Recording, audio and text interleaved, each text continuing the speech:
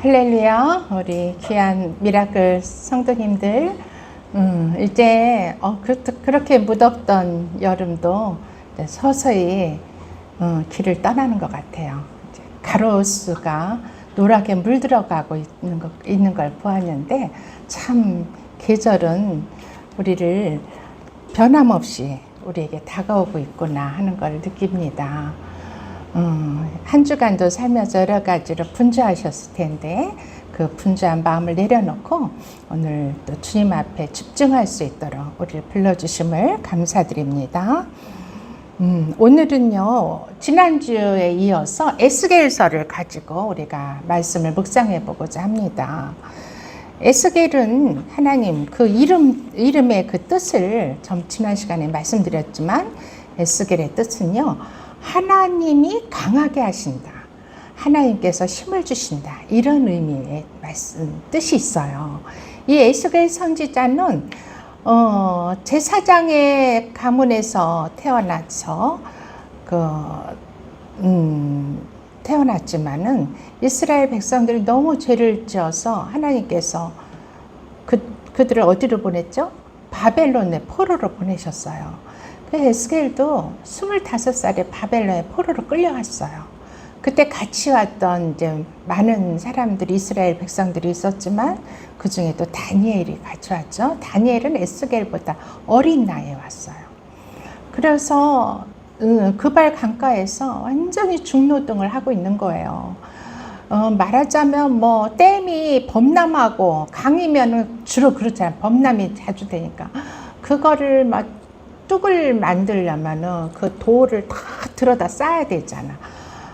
그런 일을 하고 있지 않았는가. 너무 힘들고 지치고 그런 상태에서 제사장이 되어야 될 몸인데 30세가 되던 그때 그발 강가에서 하나님을 바라보며, 하나님, 우리는 언제까지 이렇게 해야 됩니까? 나는 제사장의 신분으로서 어떻게 이런 일을 다 하고 있는지 알 수가 없습니다 하고 하늘을 바라보며 주님, 하나님을 부를 때, 그때 하나님의 에스겔에게 찾아오셨어요. 30세. 마치 예수님께서 30세부터 세례를 받으시고 공생애를 시작했던 것처럼 이 에스겔에도 하나님께서 찾아오셔서 그의 영안을 열어주시고 환상을 보여주시고 이스라엘이 되어질 일들, 모든 것을 에스겔에게 보여주시면서 무엇보다 이 에스겔서는 참 어려워요. 환상으로 쓰여진 말씀이라, 아니 그럼 우리는 맨날 이렇게 환상을 보고 영의 말씀을 막 듣고 있어야 되나? 우리에게는 왜 그렇게 안 하시지? 그런 의문이 들지도 몰라요. 그렇지만 이 에스겔 이 선지자에게는 특별한 하나님의 그런 계시가 있었지만 우리는 늘 그런 계시만을 쫓을 수는 없어요. 그리고 에스겔에서 중요한 것은 하나님의 마음을 우리가 아는 거. 하나님의 마음이 어떠했는지, 이때 하나님의 마음이 어떠했고 그 마음을 에스겔이 잘 깨닫고 그 백성에게 전달한 거, 그것이 오늘까지도 우리에게 동일하게 말씀하시는 말씀이라는 거, 그것을 기억하시면서 우리 말씀을 보겠습니다. 에스겔서 20장 4절로부터 14절까지. 지금 이 배경을 아셔야 돼요. 이스라엘 백성들은요, 너무나도 우상 숭배를 심하게 하고 죄를 많이, 하나님 앞에 너무 많은 죄를 지었어요. 하나님께서 가장 싫어하시는 우상 숭배, 그 우상 숭배는요, 그 음란죄에 속하는데 영적인 간음죄예요. 간음죄는 영적인 게 있고 육적인 게 있죠. 영적인 간음죄가 바로 우상 숭배야. 하나님이 못 견뎌 하시는 거야. 당신의 백성이고 당신이 택한 나라 이스라엘이잖아요.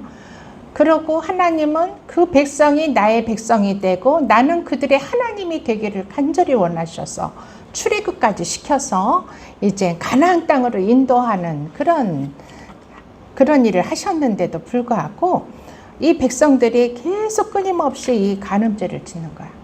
하나님께서 견디다 못해 이제 이들을 최후의 수단으로 바벨론 포로로 보내고 너희들이 그 이스라엘은 이제 완전히 다 무너진다. 그리고 그 택한 자들만 바벨론 포로로 갈 것이다. 그래서 에레미야 선지자도 계속 너네가 여기에 머물러 있으면 다 죽는다. 하나님의 심판으로 한 사람도 견딜 수가 없다. 그러니 빨리 바벨론에 끌려가라.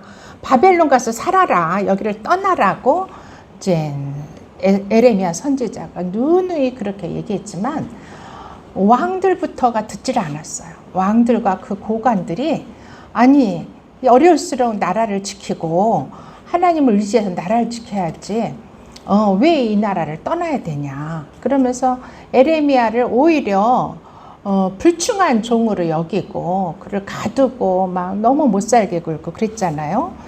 그 뒤에 이제 바벨론 포로로 간 3분의 1만 이스라엘 백성들 3분의 1만 바벨론 포로로 끌려가요. 3분의 2는 그 땅에 있으면서 또 가지 말라는 애굽으로도 가고 아람으로도 가고 이렇게 여러 나라로 흩어지면서 그 땅에 이스라엘에 머물러 있는 자들은 칼과 기근과 전염병으로 완전히 다 전멸하게 되죠. 결국은 예루살렘 성까지도 성전까지도 하나님께서 그 성전에서 우상 숭배하는 모습들, 그 성전에요. 성전이라 하면 하나님께 제사 드리고 하나님만 섬기는 곳인데 거기에 온갖 우상을 다 갖다 놓고 같이 섬기는 거야. 그러니까 이쪽에서는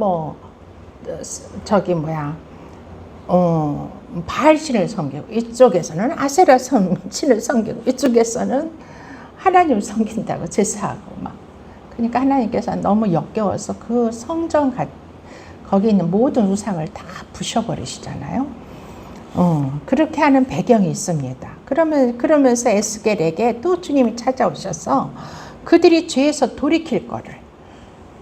하나님은요, 한 사람도 그 죄로 인해서 심판받는 걸 원치 않으세요.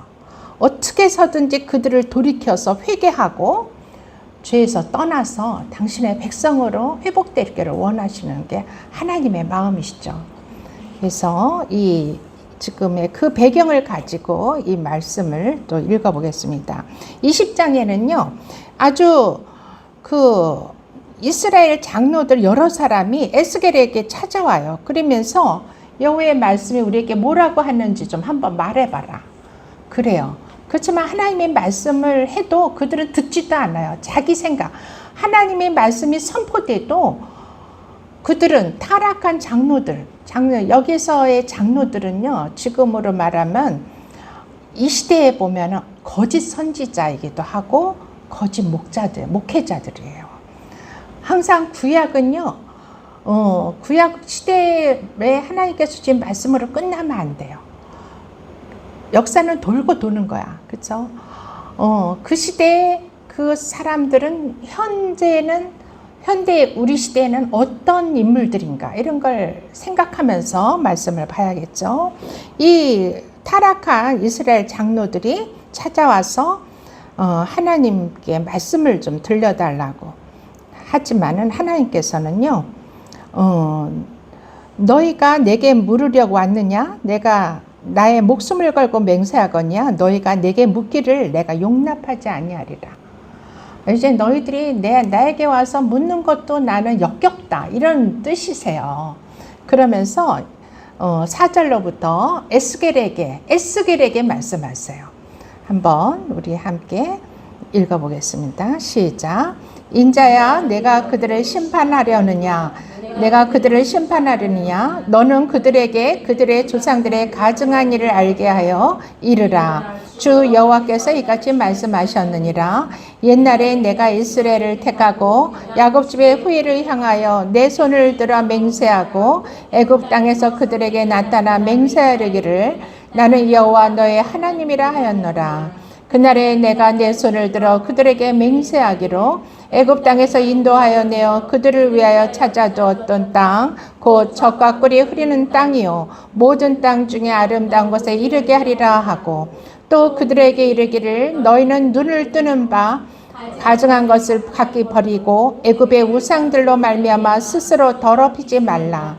나는 여호와 너의 하나님이라 하였으나 그들이 내게 반역하여 내 말을 즐겨 듣지 아니하고 그들의 눈을 뜨는 바 가증한 것을 갖게 버리지 아니하며 애굽의 우상들을 떠나지 아니하므로 내가 말하기를 내가 애굽 땅에서 그들에게 나의 분노를 쏟으며 그들에게 진노를 이르리라 하였노라.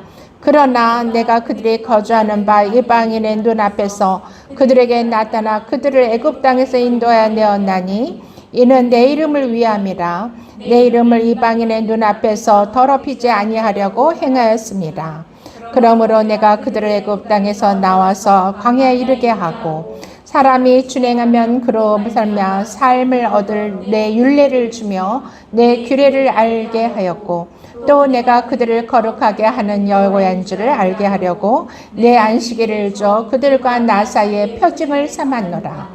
그러나 이스라엘 족속이 광야에서 내게 반역하여 사람이 준행하면 그로 말미암아 삶을 얻을 나의 율례를 준행하지 아니하며 나의 규례를 멸시하고 나의 인식을 크게 더럽혔으므로 내가 이르기를 내가 내 분노를 광야에서 그들에게 쏟아 멸하리라 하였으나 내가 내 이름을 위하여 달리 행하였나니 내가 그들을 인도하여 내는 것을 본 나라들 앞에서 내 이름을 더럽히지 아니하려 하였습니다. 아멘. 이 속에서 하나님께서는요 엘리야에게 역사를 회고하도록 이렇게 말씀을 주시는 거예요. 지금 애굽에서 뭐 나오는 게 아니잖아요. 지금 바벨론 땅에 있어 이스라엘 백성들은. 그런데 내가 예전에 너희 조상들이죠. 그들의 조상들을 애굽에서 인도하여서 데리고 나왔을 때를 얘기하시는 거야. 애굽 땅에서 그들을 인도하여서 가나안 땅으로 데리고 나오신 그 하나님은 그들에게 나는 너희들의 여호와 하나님이라는 걸 알게 하기 위해서 그렇게 하셨다고 말씀하고 있어요. 그래서 그들에게 누누이 하나님 말씀하시길, 왜냐하면 이렇게 하나님께서 그 당시 7절에 보니까 그들에게 이르기를 너희는 눈을 끄는 바 가증한 것을 각기 버리고 애굽의 우상들로 말미암아 서로를 더럽히지 말라. 왜 이렇게 얘기하셨냐면은 이스라엘 백성들이 애굽으로 가서 큰 민족을 이뤘잖아요. 요셉 시대에 야곱의 그 12명의 아들들과 그 아내들과 그 자손들이 그 애굽으로 가서 고센 땅에서 큰 민족으로 성장했어요. 그랬는데 그 성장함에 애굽에 있는 동안에 어떻게 했어? 오직 하나님만을 섬겼을까요? 애굽의 우상의 문화, 애굽이 섬기는 그 바알신이라든가 아세베신가 그런 여러 우상들에 젖어 있었어. 왜냐하면 애굽은요 농업을 그 나일강에 큰 나일강이고 강이 많고 비옥한 땅이라 그 푸녀를 기원하는 신들을 만들어 놓고 그들에게 제사했다고요. 대표적인 그 푸녀의 신이 바로 바알신이죠. 근데 그건 신이 아니라 인간들이 만드는 우상이고 그 안에서 진짜 온갖 역겨운 짓을 다 그런 문화 속에서 우리 지금 이 시대에도 우리가 아마 잘 살기를 원하고 어떻게 하면 좀 더 풍요롭게 살까 이렇게 구하는 우리의 모습이나 그때 애굽 사람들의 모습이나 비슷했을 것 같아요. 그래서 하나님을 떠나고 우상 숭배를 기뻐하고 거기를 더 부러워하고 이랬던 사람들이 많았나 봐요. 그러니까 하나님께서 출애굽 시키면서도 계속 경계를 하시는 거야. 너희들 떠나야 된다. 이제 더럽히지 말라. 이제 하나님은 어떤 하나님이세요? 거룩하신, 하나님의 이름은 거룩하신 하나님이시잖아요. 그 하나님은 거룩하시기 때문에 오직 나만 바라보고 나만 의지하고 나를 따르라. 그래서 광야로 불러내신 거예요. 이 광야에는 뭐가 있겠어요? 거기에 무슨 농사 짓는 농산물이 있겠어요? 뭐 가축이 있겠어요? 아무것도 없지만, 공장이 있는 것도 아니고 아무것도 없지만, 그곳이야말로 하나님과 이스라엘 백성들의 신혼살림과 같은 거야. 거기에서 하나님만 의지하고 하나님을 따를 때 하나님께서 모든 것을 책임져 주고 공급해 주시고 이러는 그 하나님을 경험할 수 있도록 그들을 광야로 불러내신 거예요. 그런데 그때 그들이 어떻게 했어요?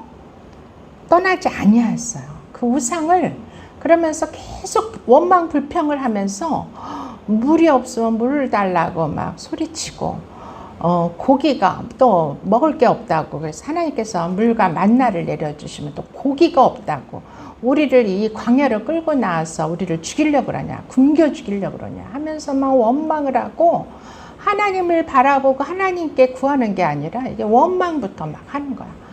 그래도 하나님께서는 내 백성이기 때문에 또 메추라기 떼를 보내주시고 그러면서 먹이셨다고요. 만나 메추라기를 보내시고 먹이시고, 밤에는 불기둥으로 낮에는 구름기둥으로 그들의 갈 길을 인도해서 가나안까지 갈 수 있도록 했지만은, 그 지름길로 가면은 일주일이면 갈 수 있는 길인데 거기에선 너무 불순종을 해가지고 40년을 광야에서 뺑뺑이 치면서 결국 1세대를 다 거기서 죽게 놔두신, 죽기를 기다리신 거야, 하나님께서. 이 백성이 진짜 아주 구제불능이구나.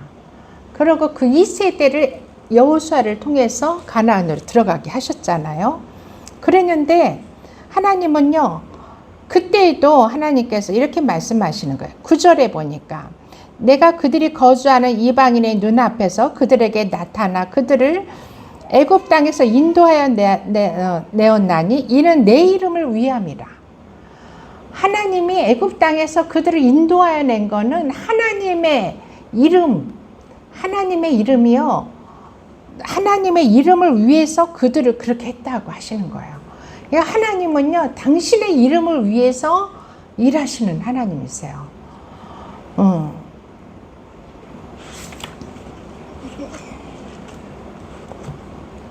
그래서 하나님은 이 이스라엘 백성들의 하나님이 되고 싶으신 거야. 바벨론의 포로로 잡혀가라고, 가라고 할 때에도 그 가서 다시 이제 거기 가서 바벨론에 간 사람들은요, 그래도 부유하게 풍족하게 살았어요. 그랬는데 이제 다시 그 페르시아의 왕을 통해서 극률한 마음을 주셔가지고 이스라엘 백성들이 원 땅 이스라엘로 돌아가서 성전을 세우고 무너진 그런 성전을 건축하라고 그렇게 보냈잖아요. 하나님께서 바벨론 포로로 끌려갔던 그들을 다시 이스라엘로 돌이킬 때에도 하나님은 당신의 이름이 땅에 떨어진, 실추된 그 명예, 하나님의 이름의 명예가 땅에 떨어진 것을 그 이름을, 당신의 이름을 위해서 그들을 다시 돌려보내신 거예요. 그래서 이방으로 하여금 하나님이 계시다는 걸 알게 하고 그 이름을 다시 높이기 위해서 바벨론 포로에서 다시 귀환할 수 있도록 그렇게 하신 거죠. 이 바벨론 포로에 있다가 다시 이제 에스겔 선지자와 느헤미야 선지자 이런 분들을 통해서 다시 1차, 2차, 3차 포로 귀환이 될 때에는 그들은 이제 더 이상 우상 숭배하고는 완전히 결별을 하게 돼요.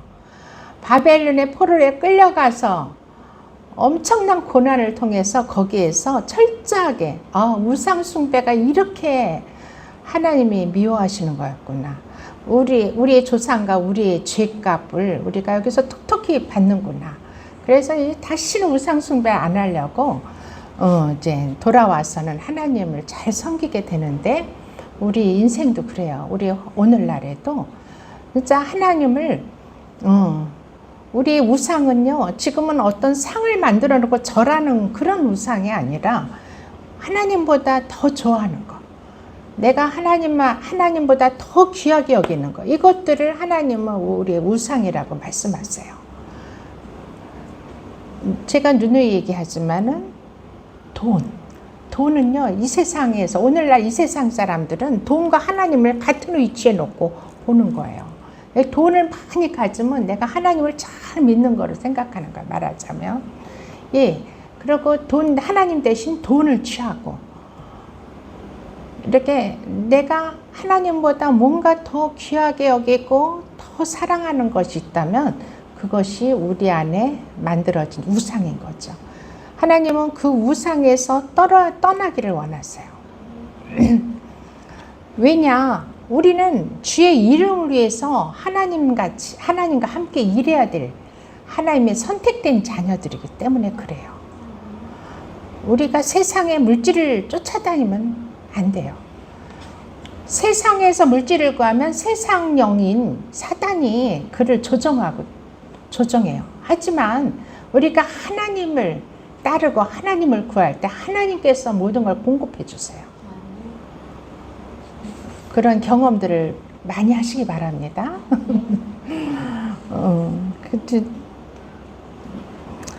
우리 베드로 사도는 보면은 이제 성령을 받은 뒤에 베드로가 얼마나 비겁해요. 굉장히 용감하고 나사렛 예수 그리스도를 주는 그리스도여 살아계신 하나님의 아들입니다 하고 신앙 고백했던 그 베드로지만은 예수님 십자가에 달릴 때는 토꼈어요. 도망쳤잖아요. 닭이 3번 울기 전에 부인했어요. 3번 부인했어요, 예수님을. 그런 비겁한 자였지만 그가 성령을 받고 나서 부활하신 예수님을 만나고 성령을 받고 나서는 사도행전 3장을 보겠습니다. 사도행전 3장. 베드로 사도가 어떻게 변했나요? 그는 예수의 이름을 위해서 살기 시작했어요. 그가 이제 그렇게 완전히 영이신 하나님을 실제적으로 부활하신 그 예수 그리스도를 실제로 만나고 나서는 그는 예수 그리스도의 이름을 위해서 살으셨어요. 그러면서 그가 이제 사도행전 3장 1절로부터 한번 어디까지일까요? 10절까지 한번 읽어볼까요? 시작. 제9시 기도 시간에 베드로와 요한이 성전에 올라갈새 나면서 못 걷게 된 이를 사람들이 메고 오니 이는 성전에 들어가는 사람들에게 구걸하기 위하여 날마다 미문이라는 성전문에 두는 자라. 그가 베드로와 요한이 성전에 들어가함을 보고 구걸하거늘 베드로가 요한과 더불어 주목하여 이르되 우리를 보라 하니 그가 그들에게서 무엇을 얻을까 하여 바라보거늘 베드로가 이르되 은과 금은 내게 없거니와 내게 있는 이것을 내게 주노니 나사렛 예수 그리스도의 이름으로 일어나 걸으라 하고 오른손을 잡아 일으키니 발과 발목이 곧 힘을 얻고 뛰어서서 걸으며 그들과 함께 성전으로 들어가면서 걷기도 하고 뛰기도 하며 하나님을 찬송하니 모든 백성이 그 걷는 것과 하나님을 찬송함을 보고 그가 본래 성전 미문에 앉아 구걸하던 사람인 줄 알고 그에게 일어난 일로 인하여 심히 놀라며 여기더라. 네, 이 말씀 아주 유명하죠. 이 베드로 사도가 이제 성령을 받고 이제 예루살렘 성전 교회로 가서 이제 예배를 드리러 요한과 함께 올라갈 때 이 나면서부터 안전뱅이 됐어요. 이 사람은 그냥 잘 걷다가 불구가 된 게 아니라 나면서부터 안전뱅이였던 이 사람이 그 성전 미문 앞에서 구걸을 한다 그랬죠. 그럴 때 6절 말씀대로 베드로가 그를 바라보면서 내가 너에게 구걸할 만한 그 어떤 은과 금은 없다. 하지만 내게 있는 것을 내게 주겠다. 그래서 내게 있는 게 뭐예요? 예수 그리스도 이름, 나사렛 예수 그리스도 이름을 그 안전뱅이에게 준 거예요. 그 이름을 내가 주노니 일어나 걸으라 하고 그 팔을 잡아서 일으켰더니 곧 그 발과 발목에 힘을 얻어서 그냥 걷기도 하고 뛰기도 했대요. 그러면서 하나님을 경배하고 찬양하게 된 거예요. 이렇게 베드로 사도도 모든 것을 그때부터는 이제 예수의 이름을 위해서 하기 시작하였어요. 우리가 예수 이름으로 한 것만 하나님은 응답하세요. 그래서 요한복음에 누누이 예수님께서 그랬어요. 너희가 지금까지는 내 이름으로 아무것도 구하지 아니하였으나 구하라. 그리하면은 내가 주리라고 약속하셨어요. 예수의 이름으로 우리는. 그 예수의 이름이 어마어마한 권세가 있는 거예요. 영적 파워가 있는 거예요. 그렇죠? 안진뱅이를 일으켜 세우는 것이 뭐였어요? 예수의 이름이었어요. 그러니까 그 이름, 하나님의 이름, 예수님의 이름이 바로 하나님의 이름이잖아요. 예수님의 그 이름 때문에 하나님은 이스라엘 백성을 출애굽도 시켰고 바벨론에서부터 본 이스라엘 땅으로 귀환도 시키시고 이것이 다 당신의 이름을 높이기 위해서 그렇게 하셨다고 말씀하시는 거예요. 아멘. 그러니까 우리가 공부하고 있는 예수의 이름 얼마나 귀중한 건지 알 수가 없어요. 그렇게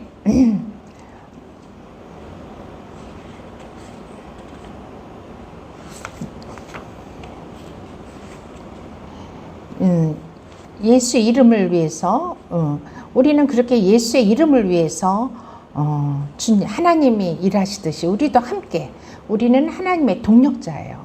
하나님이 일하시는 것처럼 우리도 일해야 되는 것이죠. 그런데 이 예수의 이름을 높일 때 하나님이 굉장히 기뻐하세요. 우리는 하나님이 기뻐하시는 일을 해야지 하나님께로부터 복을 받을 수가 있어요. 하나님 기뻐하시는 일을 하면요. 베드로 사도는 어떻게 했어요? 예수님 많은 일을 세상에 나와서 하시니까 세상 사람들이 예수님에 대해서 이러쿵저러쿵 많이 말을 했어요. 그럴 때 예수님께서 세상 사람들은 나를 누구라 하더냐고 물어보시죠. 제자들에게. 그때 더러는 선지자요, 더러는 선생이라 하더이다. 이렇게 이제 세상 사람들이 말하는 대로 얘기해요. 그 당시에 선지자라고 그러면 최고예요. 하나님 다음으로 선지자인 거예요. 하나님과 가장 가까운 사람이 선지자였어요. 그렇게 해서 그렇게 말씀하시면은 주님이 기뻐하실 줄 알았는데 주님은 그냥 반응이 없으신 거야. 그러면서 그러면 너희들 제자들 12제자에게 말씀하시는 거야. 그러면 너희는 나를 누구라고 하느냐? 너희는 나를 누구라고 생각하냐? 하고 직접 물으신 거야. 그때 베드로는 항상 뭐를 대답해도 항상 저요 하고 먼저 대답을 해요. 성질이 급해 그냥. 그래서 주여 당신은 그리스도시요 살아계신 하나님의 아들이십니다. 이렇게 응답을 했어요. 그러자 주님이 너무 기쁜 거야. 아니 그걸 어떻게 알았냐. 그것을 안 것은 네가 아니라 바로 하나님께서 너에게 알려주신 거다. 그렇게 하면서 그에게 천국 열쇠를 주셨어요. 너에게 천국 열쇠를 주겠다고 그랬어요. 얼마나 기쁘시면 천국 열쇠를 주시겠어요. 이 천국 열쇠는요. 모든 메인 것을 그 열쇠를 집어넣고 돌리면 풀어지는 열쇠가 있고 또 잠가야 되는 것은 잠그는 열쇠가 있고 열쇠라는 건 잠고 푸는 권세가 있잖아요. 근데 천국 열쇠니까 이 땅에서 그걸 사용하면은 못 이룰 게 없는 거야. 그런 열쇠를 받는 거예요. 그렇게 하나님은 당신이 기뻐하시는 일도 아니야. 말만 해도 그냥 천국 열쇠를 주시는데. 저와 여러분 그런 천국 열쇠를 소유하기 원하시지 않습니까? 천국 열쇠 받기 싫으세요? 받고 싶죠? 전 너무너무 받고 싶어요. 그런 천국 열쇠. 지금도 주시는 그걸 받은 사람이 간증하는 걸 제가 들은 적이 있어요. 그 환상 중에 그 천국 열쇠를 주셨는데 그게 이 안으로 쑥 들어오더래요. 몸속으로, 영혼 속으로. 그러고부터는 하나님의 사역이 이렇게 완전히 그냥 확장되고 그랬다는 말씀을 어떤 사역자를 통해서 들은 적이 있어요. 하나님이 기뻐하시는 것은 이렇게 우리가 주의 이름을 높이고 주의 이름을 부를 때 하나님 기뻐하세요. 우리는 예수 그리스도 그 이름, 예수 그리스도 책자 드렸잖아. 날마다 부르셔야 돼. 하나님 기뻐하시는 일을 해야지 우리가 하나님 기뻐하지 않은 일을 맨날 해야 도루묵이에요. 도루묵. 헛수고. 도루묵 헛수고죠. 그리고 이 하나님을 기뻐하시는 일을 한다는 것은요. 또한 에스겔서 우리 아드님이 안 계시네. 에스겔서 18장 30절에서 32절 말씀. 에스겔서 18장 30절에서 32절. 성경 있으면 찾으셔도 돼요. 하실 수 있어요? 집사님? 에스겔서 18장 30절에서 32절 말씀. 아니 그냥 성경을 우리 같이 읽죠. 시작.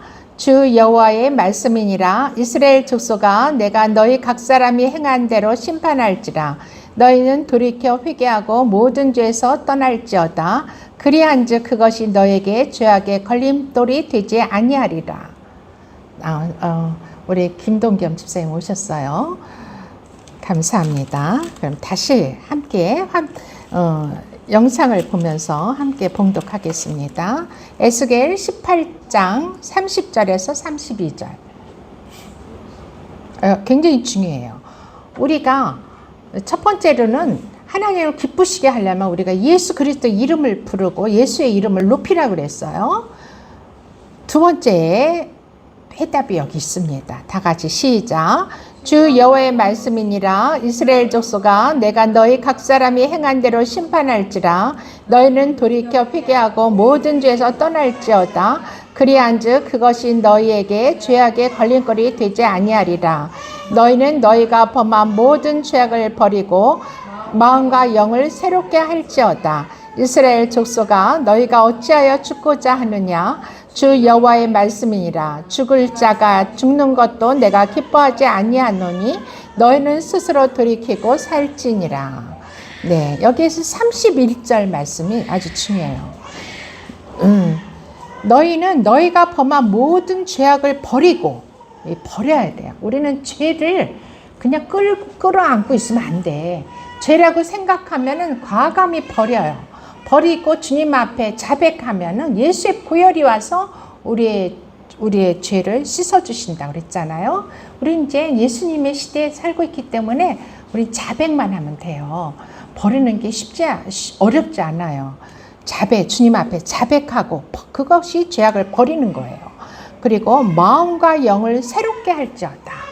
우리의 마음과 영혼을 새롭게 하는 것이 바로 우리의 모든 근원적인 하나님의 치료하시는 예수 그리스도, 의사 되신 예수 그리스도의 치료의 방법이에요. 우리 이 땅에 살면서 많은 병에 걸려 있어요. 그쵸? 마음의 병, 심령의 병, 육신의 병, 여러 가지. 안 아픈 데가 있는 분 있으세요? 여기에서 손 들어보시죠. 아프지 않은 데 있는 분.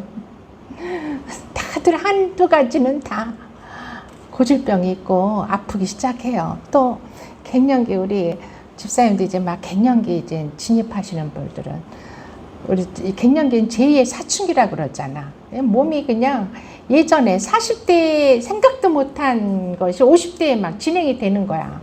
진짜 너무 힘들죠. 그런데 우리 예수님은요, 우리를 치료하시는 의사라고 그랬어. 우리 유일하신 치료자, 의사가 바로 예수님이라고 그랬어요. 그런데 이 예수님의 우리를 치료하는 방법 중에 가장 기본은 마음과 영을 새롭게 하는 거예요. 우리가, 왜냐, 이 육신은, 이 병이라는 건 육체에 오는 거잖아요. 이 몸에 오는 거죠. 그런데 우리는 영혼육으로 되어져 있는 하나님의 형상이에요. 영과 혼과 육이 있어요. 이 영혼은 육체에 붙어 있어요. 그래서 육체가 아픈 것은 이 영혼이 병들었을 때 육체에 병이 오는 경우가 대부분이에요. 우리가 내 영혼이 강건하면은 육체도 또한 강건해져요. 그래서 이제 이건 안 찾으셔도 됩니다. 제가 찾아서 말씀드려요. 잠언서에 보면은요, 잠언서에 보니까 이런 말씀이 있어요. 잠언서 17장에 보니까 마음의 즐거움은 양약이라도 심령의 근심은 뼈를 마르게 하느니라. 이런 말씀이 있어요. 이게 마음에서부터 오는 그 근심, 심령의 근심은 뼈를 마르게 한대요. 그래서 우리는 마음이 즐거워야 돼. 항상 즐겁고 기쁨 마음을 가지게 되면은 근심이 떠나버려요. 그래서 의도적으로 우리는 기뻐해야 돼요.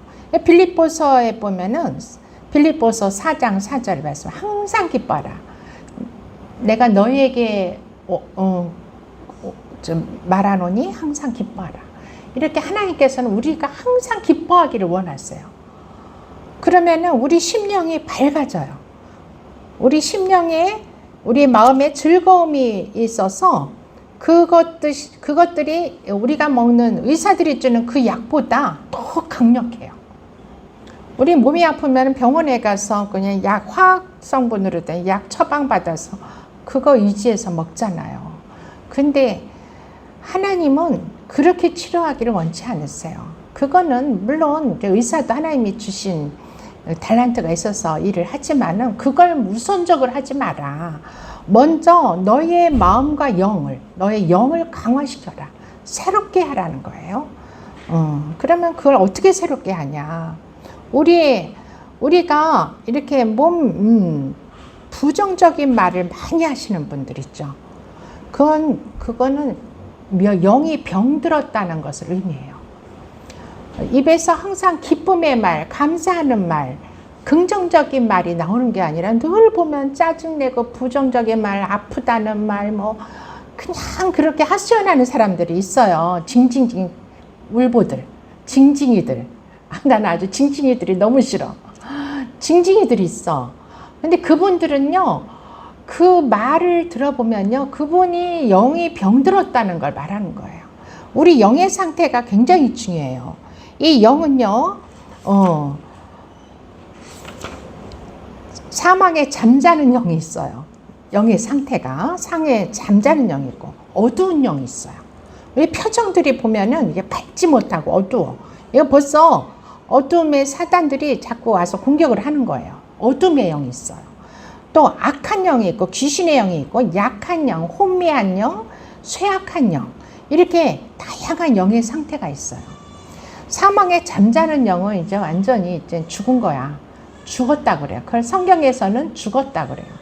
그 사망에 잠자는 영들은요, 천국에 들어갈 수가 없어요. 지옥으로 가요. 불못으로. 사단이 그냥 안심하고 있어. 그 사람들은 안심해요. 왜냐, 나중에 자기가 갈 불못에 그들이 같이 갈 거니까. 그들은 건드리지도 않아. 그런데 우리가 약한 영, 좀 쇠약하고 혼미한 영, 이런 영을 자꾸 더 막 나쁘게 만들죠. 그래서 우리는 우리의 영을 강하고 충만한, 영적으로 충만한 사람이 돼야 돼요. 그럼 우리의 영을 어떻게 강하게 할 수 있을까요? 세 가지. 예수의 이름, 예수의 보혈, 하나님의 영, 성령님, 이 세 가지를 의지하고 우리가 그의 이름을 부르고 그를 의지해서 뿌리고 덮고, 예수의 피를 뿌리고 덮고 바르고 마시고 먹고 마시고, 이거를 그냥 실천하는 거예요. 매일매일 예수님의 이름을 부르고 성령님을 부르고, 우리가 이제 영광의 영 성령님을 통해서 창세기부터 계시록까지 하나님의 영이신 영광의 영 성령님이 어떻게 일하시는지를 우리 살펴봤어요. 그 성령님 부르는 거예요. 성령님은 이 땅에서 우리와 함께 하시는 분이 성령님이에요. 우리 영 안에 우리가 들어와 계신 분이 성령님이시고, 그래서 그분은요, 우리를 끊임없이 도와주시기를 원해서 보혜사, 이름도 보혜사 성령님이야. 근데 우리는요, 그 성령님을 의지하지 않고 항상 내가 알아서 할게요. 성령님 좀 내 안에서 잠잠히 계세요. 저 바쁘거든요. 성령님 좀 잠깐 잠잠히 계세요. 제가 좀 알아서 하고 올게요. 이러면서 내 마음대로 한다고. 내가 저기 좀 어떤 투자를 하려면은 뭔가 우리는 또 이 땅에 살면서 어떤 재정을 벌기 위해서 투자도 해야 되죠. 그럴 때 주님께 먼저 기도하고 성령의 음성을 듣고 응답을 받고서 해야 되는데, 그냥 성령님 가만히 계세요, 제가 알아서 할게요 하고 투자를 해놓고 그 다음에 잘 안 되면 막 그때서 기도하는 거야. 주님 어떻게 해요? 도와주세요. 살려주세요. 그 주님 기쁘시겠어요? 아니 네 맘대로 해놓고. 그래서 성도들이라도 주의 이름으로 주님의 성령의 응답을 받고 한 것은 하나님이 책임져 주시지만, 응답받지 않고 자기가 한 것은 하나님 책임을 지실 필요가 없으세요. 책임을 지려고 안 하세요. 하나님도 성령님의 인격이시라 그랬죠. 그래서 우리는 항상 그 인격이신 성령님을 늘 의지하면서 그분과 가장 가까운 나의 친구인 거예요. 나의 예수님, 나의 성령님을 나의 가장 가까운 친구, 나에게 목숨까지도 아끼지 않고 주신 친구, 그런 친구가 세상에 어디 있어요? 내 아내와 내 남편이 암만 좋다 할지언정 자신의 목숨을 나를 위해서 주겠어요? 오직 나를 위해서 목숨까지 아끼지 않고 나에게 물과 피와 이 몸과 영까지 다 주신 분은 오직 예수 그리스도 그 한 분이세요. 그러니 우리의 가장 좋은 친구일 수밖에 없으시죠. 이렇게 우리의 마음이 기뻐야지 우리는 치유가 되는 거예요. 이 육체도 치유가 되는 거예요. 근심과 걱정에 사로잡혀 있으면은 치유가 일어나질 않아요. 왜냐하면 내가 묶어 있기 때문에, 내 영을 묶어버리기 때문에 치유가 일어나지 않는 거예요. 그래서 우리는 항상 기쁨 충만, 그리고 기름 부음심도 기쁨의 기름 부음, 즐거움의 기름 부음 부어주세요. 날마다 아침에 일어나면 그걸 구하세요. 그러면은 나도 모르게 어느 날 이렇게 입꼬리가 이렇게 올라가 있어. 우리는 한국 사람들은 외국인들이 그러는데 가만히 있으면 다 화내 있는 사람 같대. 그리고 나이가 들면 점점 이렇게 내려와. 근육이 풀려서 이렇게 내려와. 더 무서워. 그러니까 우리는 기를 쓰고 거울을 보고 웃는 연습을 하셔야 돼. 매일 거울 보시죠? 세수하고 거울 보시잖아. 그러면요, 그때마다 입꼬리를 쫙 올리세요. 그러면은 10살이 젊어 보여요. 쫙 웃으면서 항상 내 안에 계신 그 예수님, 성령님을 바라보는 거야. 아, 내 안에 성령님 계시지? 나는 오늘도 기뻐해야 돼. 나는 즐거워해야 돼. 그럼 성령님, 나에게 즐거움의, 기쁨의 기름 부음 부어주세요 하고 구하세요. 그럼 주님이 너무 좋아하셔. 너무 좋았어요. 우리는 주님의 이름을 부를 때 주님은 최고로 여기시는 거야. 아멘. 네. 그리고 또 우리는 말로 치유가 일어나요. 말로. 죽고, 잠언서 18장에 보니까 죽고 사는 것이 혀의 권세에 달렸다고 그랬어요. 우리 혀 끝에 이 말을 통해서 사람을 죽이기도 하고 살리기도 해요. 그래서 하나님의 입의 말씀, 하나님의 말씀, 하나님 말씀하신 그 말이 바로 영이라고 했어요. 그 영의 말씀이 바로 성경 말씀인 거예요. 그래서 우리가 그 영의 말씀을 우리가 성경 읽기가 그래서 너무 중요한 거예요. 성경을 손에서 떼면 안 돼요. 늘 수시로 시간만 나면은 성경 읽으셔야 돼. 그러면은 하나님의 영이 우리 안에 들어오는 거예요. 그래서 영이 충만해지는 거야. 그럼 내 영이 강해지는 거예요. 그리고 풍성해지는 거죠. 그래서 우리는 원망하는 말, 이런 말이 아니라 반대로 감사하는 말, 기쁨의 말, 즐거움의 말 자주 해서 자꾸 그런 말을 선포해야 돼. 하나님의 말씀, 항상 기뻐하라, 쉬지 말고 기도하라, 범사에 감사하라. 이것이 너희를 향하신 하나님의 뜻이니라. 이걸만 계속 선포하는 거예요. 내 귀로 들리게. 내가 말하고 내 귀에 들리게. 선포할 때 그 말씀이 바로 능력이 돼서 역사하는 거예요. 말은 영적인 것이고 우리 마음에서 나오기 때문에 굉장히 중요해요. 그래서 우리는 항상 기뻐하고 감사하고 찬양하고 우리가 그냥 늘 찬양곡을 사업장에도요 늘 찬양곡을 틀어놓으세요. 아유 예수 믿지 않는 사람들이 와서 들으면 기분 나쁘면 어떡해? 그러면서 세상 곡 틀어놓고 이러면 안 돼. 그들도 영향을 받아야 돼요. 그 영들도 죽은 영이잖아. 예수 안 믿는 자들은 다 죽은 영이야. 그들을 살려야죠. 우리가 그런 사명을 갖고 이 땅에 온 옛날에 국민교육 헌장이 생각나네. 우리 초등학교 때 국민학교 때 항상 조회 시간에요. 국민교육 헌장 박정희 대통령 때죠. 헌장을 우리 전교생이 낭독을 했어요. 제가 항상 나가서 마이크 잡고 그거를 다 외워가지고 암송해서 그거를 다 했어요. 그러면 다 따라들 하는 거지. 근데 그 국민교육 헌장도 그 이 땅의 사명에 대해서 얘기하잖아요. 이 땅에 태어난, 이 대한민국에 태어난 것에 대한 사명을 어려서부터 가르쳐 줬어. 참 박정희 대통령은 독재를 해서 조금 나중에 이미지가 실추됐지만 진짜 훌륭하신 분이에요. 우리 어려서부터 참 좋은 교육을 많이 받고 특히 반고음 교육 잘 받았던 것 같아요. 이렇게 우리는 그래서 잠언서 18장에 보면요 이런 말씀이 있어요. 18장 14절 말씀에 보니까 사람의 심령은 그의 병을 능히 이기려니와 심령이 상하면 그것을 누가 일으키겠느냐. 이 심령이요 회복되고 심령이 기쁘면은요 그 병도 능히 이긴다는 말씀이에요. 그래서 우리가 병 들었다 걱정하지 마세요. 내가 기뻐하고 내 심령, 내 영과 마음이 새롭게 심령이 새로워지면은 그 병은 아무것도 아닌 것이에요.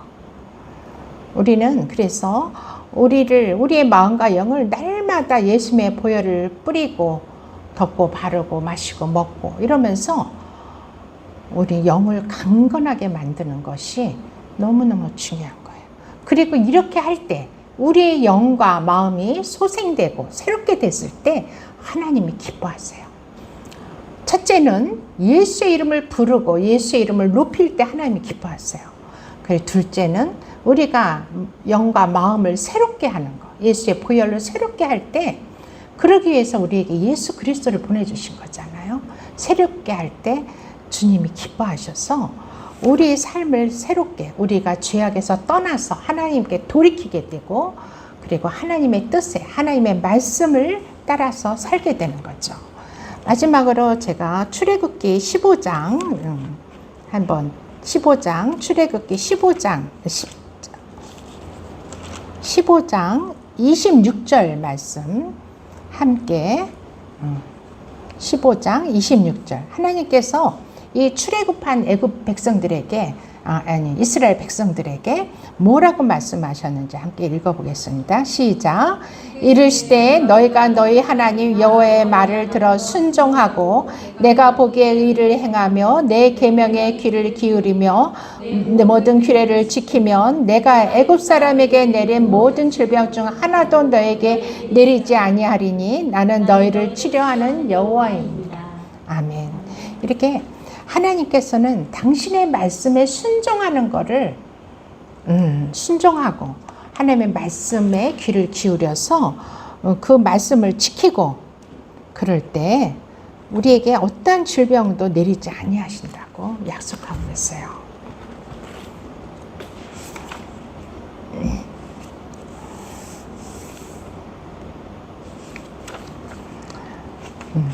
오늘 이 에스겔 선지자를 통해서 우리에게 약속하신 것들, 하나님의 이름을 우리는 하나님처럼 하나님이 당신의 이름을 위해서 일하셨듯이 우리도 하나님의 이름을 위해서 일하고 하나님의 이름을 날마다 부르고 또 예수 그리스도의 이름을 높일 때 하나님께서 기뻐하십니다. 또 두 번째로 우리의 마음과 영혼을 새롭게 하고 날마다 예수의 보혈로 의지해서 그 성령과 보혈은 늘 함께 하세요. 그래서 성령과 예수님의 보혈에 의지해서 우리가 날마다 그것을 부를 때 하나님께서는 우리와 늘 함께 하시면서 우리의 모든 것을 지켜주시고 책임져 주신다는 것을 기억하시며 그렇게 살아가는 우리 모두가 되시기를 축원합니다. 아멘. 우리 이 말씀을 기억하면서 다 함께 기도하시겠습니다.